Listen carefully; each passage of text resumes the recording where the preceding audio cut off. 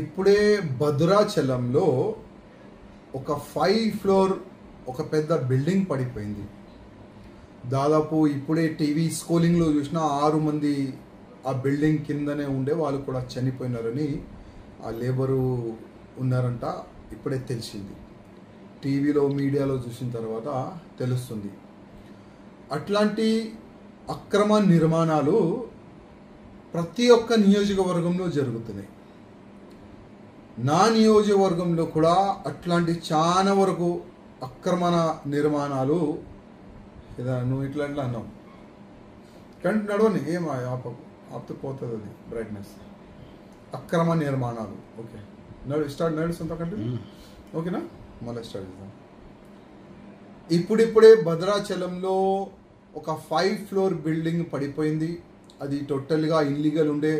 G+2 permission ఉండే, మిగతా 3 ఫ్లోర్లు ఇన్లీగల్ ఉండే. అది పడిపోయింది. దాదాపు 6 మంది ఆ బిల్డింగ్ కింద లేబర్లు ఉండొచ్చు, ఎవరు ఉండొచ్చు, కానీ పాపం వాళ్ళు ఆ బిల్డింగ్ కింద వచ్చి చనిపోయినారని తెలుస్తుంది.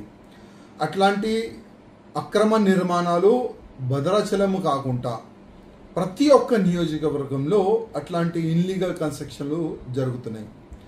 నా నియోజకవర్గంలో కూడా చాలా వరకు ఇన్లీగల్ కన్స్ట్రక్షన్ జరుగుతుంది.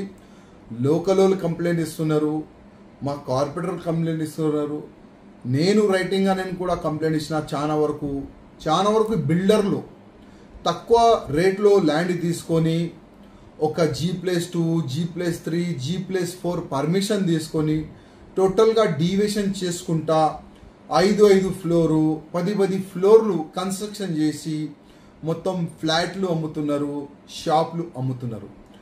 మా హైదరాబాదు మున్సిపల్ కార్పొరేషన్ ఒక కరప్షన్కి అడ్డా తయారైపోయింది. కమిషనర్కి కానీ, జోనల్ కమిషనర్కి కానీ, CCPకి కానీ ఎన్నోసార్లు కంప్లైంట్ ఇచ్చినాం. సార్ ఈ విధంగా ఇల్లీగల్ కన్స్ట్రక్షన్ జరుగుతుంది, దీన్ని ఆపండి అంటే నో రెస్పాన్స్.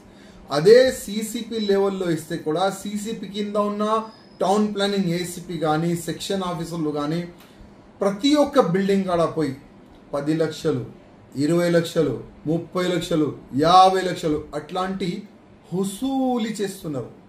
ఇంత డబ్బులు వాళ్ళు హుసూలు చేస్తున్నారంటే CCP కూడా కొన్ని కమిషన్ పోతుంది నేను అనుకుంటున్నా. దీంట్లో కొంత వాటా కమిషనర్ గారికి వెళ్తుందో లేదో అదైతే నేను చెప్పలేను. కానీ ఫుల్ ఫ్లేజ్గా నా నియోజకవర్గంలో అయితే ఇన్లీగల్ కన్స్ట్రక్షన్లు జరుగుతున్నాయి. అది కాకుండా 20 ఫ్లోరు బిల్డింగ్ పర్మిషను, 40 ఫ్లోర్లు పర్మిషను అసలు మా నియోజకవర్గంలో ఇస్తున్నారు. పర్మిషన్ ఇచ్చే ముందు డ్రైనేజ్ సిస్టమ్ కరెక్ట్ ఉందా లేదా చూస్తలేరు. పర్మిషన్ ఇచ్చిన తర్వాత మస్తు డబ్బులు తిని పర్మిషన్ ఇచ్చిన తర్వాత అక్కడ లోకల్ వాళ్ళకి ఏదైనా ఇబ్బంది ఉందా లేదా అది కూడా చూస్తలేరు. కానీ ఫైల్ పాస్ చేయడానికి కోట్ల రూపాయలు మున్సిపల్ కార్పొరేషన్ వాళ్ళు తీసుకుంటున్నారు. పర్మిషన్ ఇచ్చిన తర్వాత డీవియేషన్ జరుగుతుందా లేదా చూస్తలేరు. అసలు లోకల్ పబ్లిక్ ఇబ్బంది జరుగుతుందా లేదా అది కూడా చూస్తలేరు.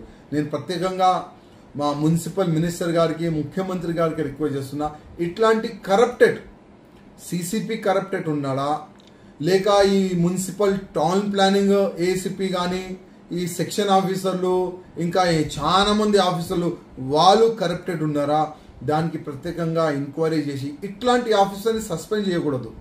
అసలు జాబ్ లేకుండా చేయాలి. కొంతమందిని టోటల్గా జాబ్ లేకుండా చేస్తే ఒక భయమైన పుడుతుంది. నేను ఆ సజెషన్ మా మున్సిపల్ మినిస్టర్ గారికి ఇస్తున్నా. అదేవిధంగా ఎవరెవరు మేమిచ్చిన కంప్లైంట్ పైన కనీసం పరిశీలించండి, చూడండి మేము ఇచ్చిన కంప్లైంట్ వాస్తవం ఉందా లేదా. ఎందుకంటే చాలా వరకు జనాలు మాకు అప్రోచ్ అవుతారు, సార్ మా ఇంటి పక్క, మా కాలనీ పక్క ఇంత ఘోరంగా వీళ్ళు ఇల్లీగల్ కన్స్ట్రక్ట్ చేస్తున్నారు, ఏదైనా చెప్పనికి పోతే మా పైననే రౌడీలు పెట్టి మాకి అటాక్ చేయడానికి వస్తున్నారు, కొద్దిగా చూడండి. వాళ్ళు కంప్లైంట్ ఇచ్చిన తర్వాత మేము మున్సిపల్ కార్పొరేషన్కి కంప్లైంట్ ఇస్తే మా కంప్లైంట్ కాపీని చెత్త కుండీలో పాడేస్తున్నారు, చెత్త డబ్బాలో పాడేస్తున్నారు. ఎందుకంటే చాలా పెద్ద వీళ్ళకి కరప్షన్ వీళ్ళు చేస్తున్నారు కదా, పెద్ద అమౌంట్ వీళ్ళకి వస్తుంది కదా. దానివల్లనే మున్సిపల్ అధికారులు ఇల్లీగల్ కన్స్ట్రక్షన్ పైన ఏమీ కూడా యాక్షన్ తీసుకోవట్లేదు.